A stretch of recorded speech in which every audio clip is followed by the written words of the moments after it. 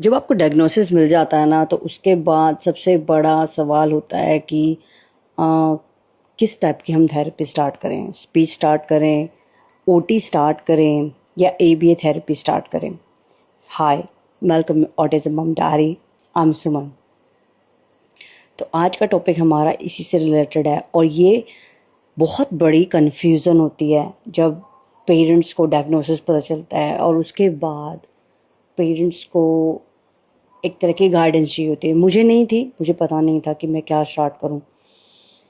तो सबसे पहली बात होती है कि अपने बच्चों को ऑब्जर्व करना चाहिए। एज ए मैंने पिछली वीडियो में जैसे बताया कि मैं बहुत सारी वीडियोस के गो थ्रू गई, उन वीडियो से ये जानने को मिला कि विवान को सबसे ज़्यादा ज़रूरत किस चीज़ के लिए है, क्या है जो विवान को परेशान कर रहा है।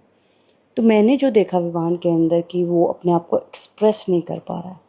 वो ये बता ही नहीं पा रहा है कि उसको भूख लगी है, उसको ये अच्छा नहीं लग रहा है, या उसको ये नहीं खाना है, या फिर उसको यहाँ नहीं बैठना है, या उसको कोई भी चीज़ बॉदर करी। तो मतलब वो जब बोल ही नहीं पा रहा है तो उसका बिहेवियर इशू हो जाता है। तो बिहेवियर उसका बहुत आ रहा था कि चीज़ें फेंक देता था, और कुछ बता नहीं पाता था, तो इरिटेट हो जाता था। तो बहुत सारे मेल्टडाउन्स बहुत ज़्यादा था उसका, कि मेल्टडाउन तो इतना था कि वो हाफ एन आवर तक रोता रहता था। तो हमें समझ ही नहीं आता था। हम वो सब चीज़ ट्राई करते थे जो उसको पसंद, पानी उसको बहुत पसंद था, पसंद है मतलब अभी भी।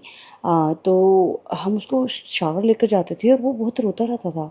तो वो एक मेल्टडाउन टाइम हमने देखा, और वो यही होता है कि बच्चा एक्सप्रेस नहीं कर पाता है। शायद उसको भूख लगी होती है पानी पीने, क्योंकि वो बोल ही नहीं पाते। तो सबसे पहले मैंने कहा, मुझे लगा कि शायद मुझे उसकी स्पीच पे काम करना चाहिए। उसके उस ये मैंने वीडियो से ये सीखा था। It's a part of OT, जहाँ पे वो ये बताते भी हैं कि आपको अगर वो बच्चा बता नहीं पा रहा है, स्पीच का भी पार्ट है ये, कि आप जेस्चर सिखाइए उसको। उसके बाद जब उसको जेस्चर आता है, जेस्चर का मतलब होता है वो आपको हैंड होल्डिंग करके, पकड़ के, छू के चीज़ों को बताए कि उसको ये चाहिए। और उसके बाद आपको हाथ पकड़ के लेके जाए। उसके बाद आता है पॉइंटिंग करना, कि आप जब आपको जेस्चर आ जाता है तो उसको पॉइंटिंग, फिर उसको पॉइंटिंग सिखाई जाती है ताकि ये पॉइंटिंग करे। तो वो चीज़ों से मैंने स्टार्ट किया था। मुझे लगा कि मैं उसको ये चीज़ें सबसे पहले सिखाऊं। फिर फिर मैंने उसकी एबीए थेरेपी स्टार्ट की। यहाँ पे ऑस्ट्रेलिया में वेटिंग टाइम बहुत ज़्यादा था, तो मैंने एक स्पीच थेरेपिस्ट को ज्वाइन किया था जो सिंगापुर में थे। उसका पैसा मैंने खुद ही भरा था। और जो सिंगापुर में बैठ के वो स्पीच देते थे, तो वो एक स्ट्रक्चर वे में काम था उनका, स्ट्रक्चर वे में, जिससे मैंने जेस्चर सीखा। उसके बाद मुझे पॉइंटिंग सीखा, उनसे सीखा कि किस तरह से मुझे काम करना है, इन्हें प्ले वे में मुझे कैसे बताना है विवान को क्या चाहिए क्या नहीं चाहिए। दूसरा, उस टाइम पे विवान में पेशेंस की कमी थी। मैं उसकी कुछ वीडियो शेयर करूँगी कि मैंने उसके साथ क्या प्रैक्टिस की थी इनिशियल स्टेज में। तो वो मैंने उसके साथ प्रैक्टिस करना शुरू किया, उससे उसका पेशेंस को बिल्ड किया। उससे ही उसका आई कांटेक्ट भी अपने आप ही आया। हमारा मोटिव आई कांटेक्ट नहीं था, लेकिन उसका ऑटोमेटिक ही आई कांटेक्ट आने लग गया था। तो वो प्रैक्टिसेस मैंने उसके साथ की। और उसके बाद मैंने एबीए थेरेपी अप्लाई की। मुझे लगता है कि ज़रूरी है, वो उनको पेशेंस सिखाते हैं, वो उनसे बैठ के बात करते हैं, हमें वो समझा पाते हैं कि उनके नॉन वर्बल रिएक्शन पे कैसे काम करना है। तो मैंने फिर उसके बाद स्पीच मैंने की कुछ महीनों तक, और उसके बाद मैंने एबीए थेरेपी मैंने 1 बाय 1 की, क्योंकि फाइनेंशियली भी आपको देखनी चीज़ें पड़ती हैं। तो फिर मैंने एबीए थेरेपी 6 मंथ की, तो कि बहुत अच्छा हमारा एक्सपीरियंस रहा एबीए थेरेपी का।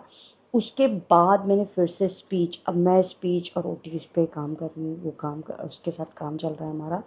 तो देखो, धीरे धीरे आपको देखना है और आपको काम करना है, क्योंकि जो एबी थेरेपी वाले बंदे आते हैं या थेरेपिस्ट आता है, वो वीक में या 2 वीक में एक बार आता है। तो मोस्टली टाइम हमें ही देना है, एज ए पेरेंट हमें देना है। तो मैंने उस पर बहुत टाइम दिया विवान के ऊपर। It's not just me, as a family as well. जैसे उसके कज़न्स थे, या उसके हमारे जो उसके हमारे फैमिली मेम्बर, एक्सटेंडेड फैमिली है, उन्होंने भी, मैंने उनको भी कहा जब भी आप बात करो तो उसको ऐसे बताओ या ऐसे बोलो, वो तब समझेगा, तब बताएगा। उनसे मुझे बहुत हेल्प हुई उस चीज़ से भी। तो आपके घर में भी जो लोग हैं, बच्चे हैं, बूढ़े हैं, उनको बोलिए कि इस तरह से आप उससे बात कीजिए, इस तरह से चीज़ें कीजिए। एजुकेट करना ज़रूरी है अपने आप को और लोगों को, ताकि वो उसको उस तरह से बात कर सके। तो ये मेरा सफ़र था स्टार्टिंग का, कि और ये ढूंढना कि मुझे कैसे स्टार्ट करना है, कहाँ स्टार्ट करना है, क्या चीज़ स्टार्ट करनी है। तो अगर कोई भी पेरेंट अभी उनको डायग्नोसिस मिला है या उनको पता नहीं है, don't worry, do it step by step.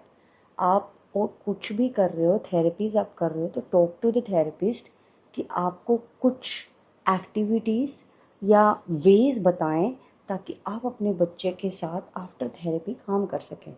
जैसे मुझे नहीं पता था कि किस तरह से उसे बुक पढ़नी है, मैं तो बुक पढ़ती रहती थी। तो मुझे स्पीच थेरेपिस्ट ने बताया कि नहीं, give him a chance, let him see the photos and see if he is able to express it or point it। तो फिर आप बोलते हो उसके टाइम पे। तो ये चीज़ें नहीं पता थी।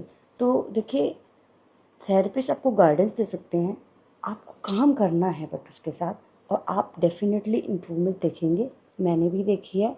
अभी जर्नी बहुत लंबी है और हर पेरेंट की जर्नी रहेगी। तो हम अकेले नहीं हैं, मिलके हम चीज़ों को कर सकते हैं।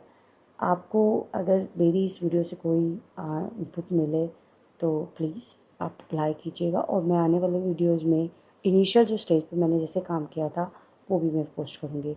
सो बने रहिएगा। Thank you so much. See you in next video. Bye.